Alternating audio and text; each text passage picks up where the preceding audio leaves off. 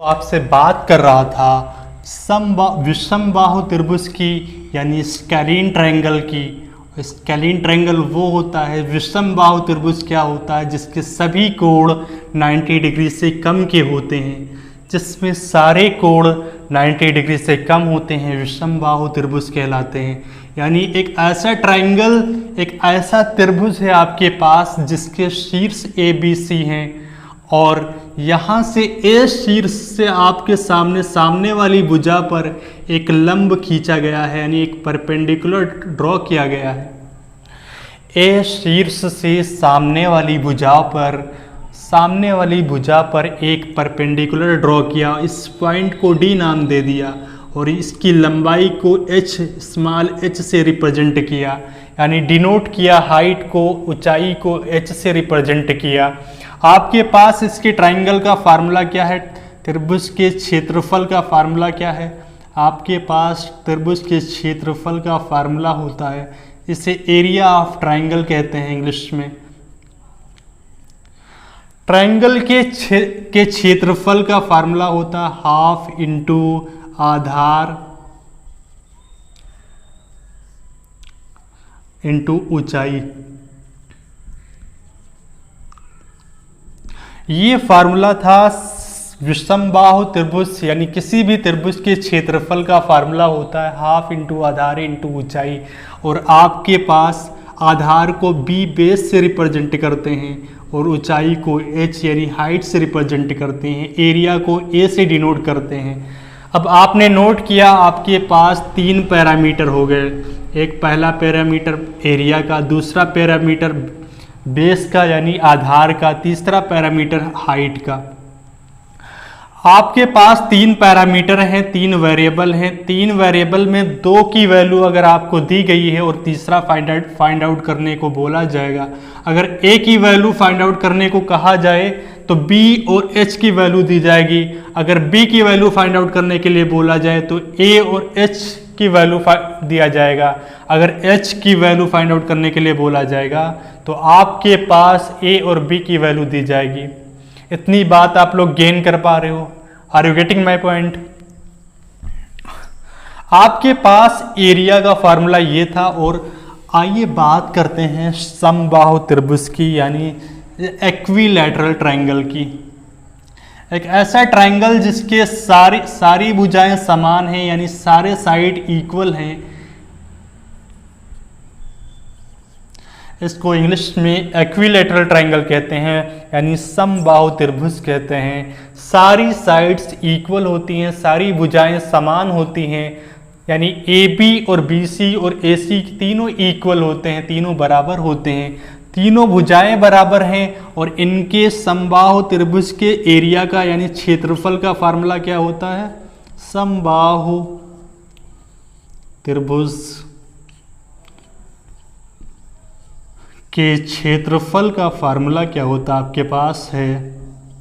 आपको याद भी होगा, कल मैंने आपको बताया भी था, √3/4 A²।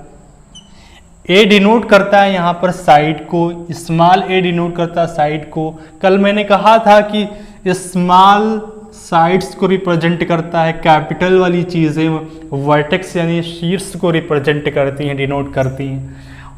अगर आपके पास यहाँ पर देखा जाए तो 2 पैरामीटर है, एक पैरामीटर एरिया का है, दूसरा पैरामीटर स्मॉल a है यानी साइड का है। ये साइड हुई। तीसरा पैरामीटर आपके पास हाइट का भी है इस ट्रायंगल में। यहाँ से अगर सामने परपेंडिकुलर ड्रॉ कर दिया जाए तो ये एक हाइट हो जाएगी। अब इन तीनों का रिलेशन ही आपस में पूछेगा सवाल में, कभी A पूछेगा, कभी स्मॉल a पूछेगा, कभी हाइट पूछेगा। यानी आपसे किसी एक की वैल्यू पूछी जाएगी और दूसरा रिलेशन दिया जाएगा साथ ही साथ। और तीसरी बात आपके सामने, तीसरा मैं आपसे सवाल कर रहा हूं। सवाल में प्रश्न क्या कहता है? प्रश्न में यह कहा गया है कि एक त्रिभुज का क्षेत्रफल, प्रश्न ये कहता है कि एक त्रिभुज का क्षेत्रफल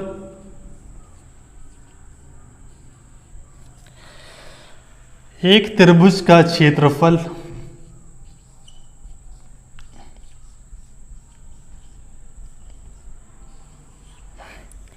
48 वर्ग सेंटीमीटर है।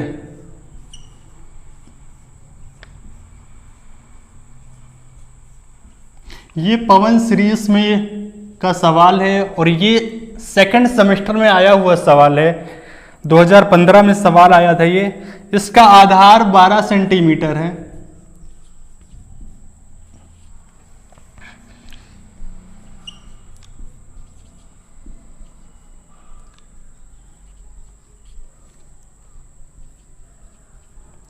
इसका आधार 12 सेंटीमीटर है। इसका शीर्ष लंब ज्ञात कीजिए। इसका शीर्ष लंब ज्ञात कीजिए। शीर्ष लंब क्या होता है अभी आपको बता रहा हूं।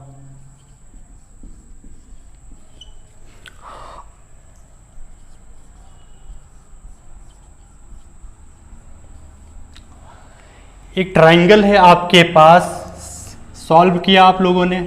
आपके पास कहा गया है एक ट्रायंगल है,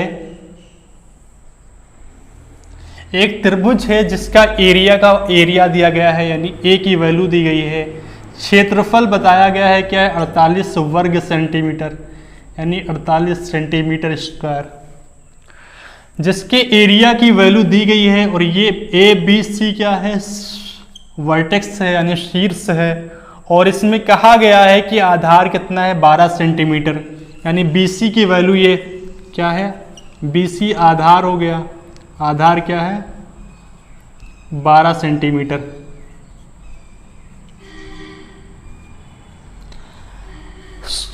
और आपको फाइंड आउट क्या करना है, शीर्ष लंब। ये क्या होता है, शीर्ष से डाला गया लंब ही शीर्ष लंब कहलाता है। यानी वर्टेक्स से जो लाइन परपेंडिकुलर ड्रॉ की गई है, शीर्ष से जो लाइन खींची गई है, सामने वाली भुजा पर यही हाइट कहलाती है, यही ऊंचाई कहलाता है और यही शीर्ष लंब कहलाता है। तो शीर्ष लंब क्या है, हाइट है। आपको h फाइंड आउट करना है। और आपके पास एरिया का फार्मूला क्या है, हाफ आधार इंटू आधार को b और ऊंचाई को क्या कहते हैं, h। एरिया का फार्मूला है आपके पास, अभी आपने पढ़ा था कि एरिया का फार्मूला है हाफ इंटू आधार इंटू ऊंचाई। और आधार को क्या कहते हैं, आधार कितना दिया हुआ है 12। आप वैल्यू पुट करिए और हाइट आपको निकालना है और h की वैल्यू दी है, ए की एरिया की वैल्यू है 48। यूनिट याद रखना सेंटीमीटर स्क्वायर में दिया है। अब यहां से h फाइंड आउट करोगे तो h लाओगे तो ये क्या है 48 इंटू 2/12। ये कैंसिल आउट हो जाएगा, 12 4 टाइम्स जाएगा, यानी यहाँ पर 8 सेंटीमीटर आपका आंसर आएगा। यानी शीर्ष लंब यानी हाइट आपको 8 सेंटीमीटर फाइंड आउट हुआ। Are you getting my point? Note करिए इसको। एक त्रिभुज के क्षेत्रफल 48 वर्ग सेंटीमीटर था इसमें और आधार 12 सेंटीमीटर था और आपने फार्मूला अप्लाई किया 8 सेंटीमीटर, इसका आंसर आया। नोट हो गया। आइए दूसरा सवाल करते हैं।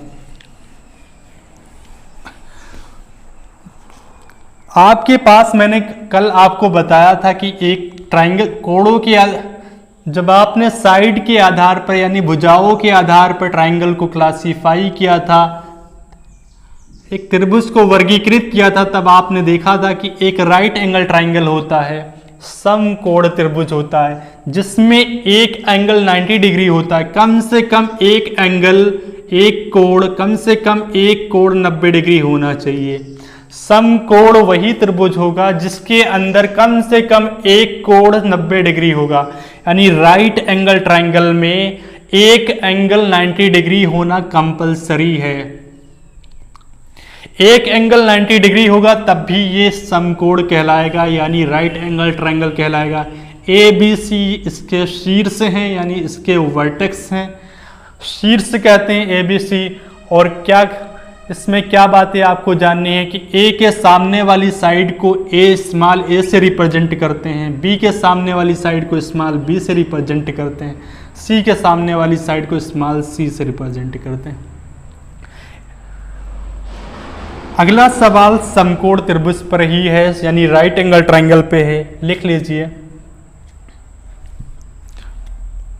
और इसके एरिया का फार्मूला क्या होता है? अगर इसके एरिया का फार्मूला फाइंड आउट करने के लिए कहा जाए तो आप कहोगे हाफ बेस इनटू हाइट। तो बेस इसमें क्या हो गया? BC, और हाइट क्या हो गए? ये परपेंडिकुलर जो ड्रा हुआ है यानी AB, ये इसका फार्मूला हो गया। आइए सवाल करते हैं।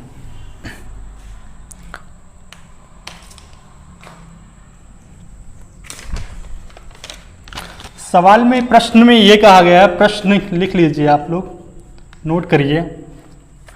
प्रश्न में कहा गया है एक समकोण त्रिभुज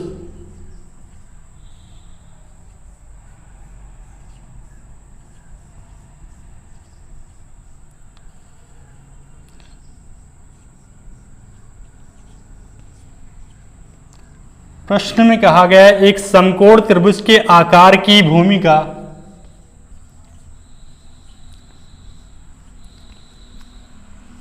ये भी सवाल पवन सीरीज का है।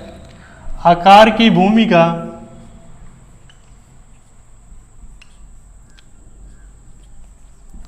एक समकोण त्रिभुज के आकार की भूमि का क्षेत्रफल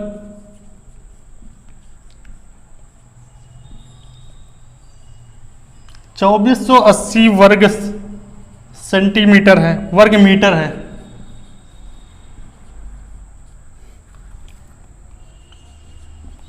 एक समकोण त्रिभुज के आकार की भूमि का क्षेत्रफल 2480 वर्ग मीटर है।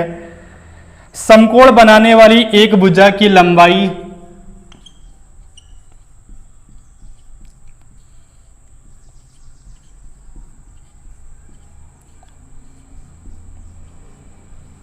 समकोण बनाने वाली एक भुजा की लंबाई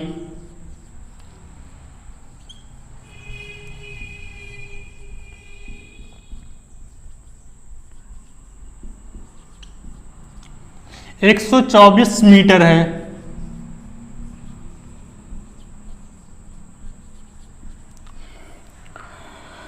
दूसरी भुजा की लंबाई ज्ञात करिए।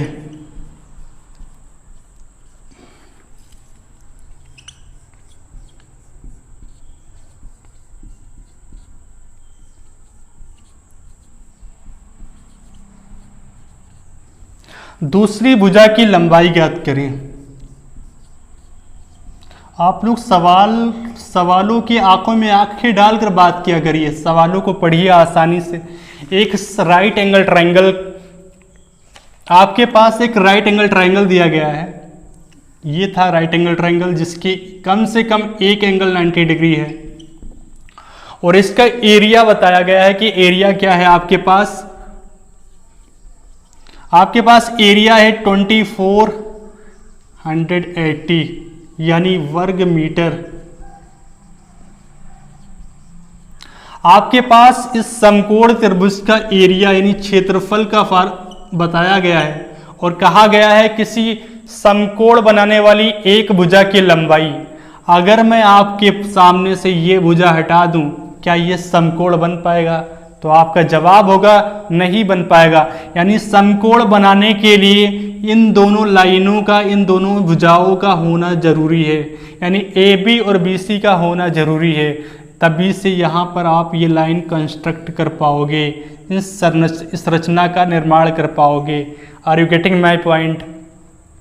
समकोण बनाने वाली भुजाएं क्या है? AB और BC, जिसमें से एक को मान लो क्या है 124 मीटर, और किसी एक को भी मान सकते हो। और आपके पास क्या है निकालना एरिया का फार्मूला क्या है? हाफ इंटू आधार इंटू ऊंचाई।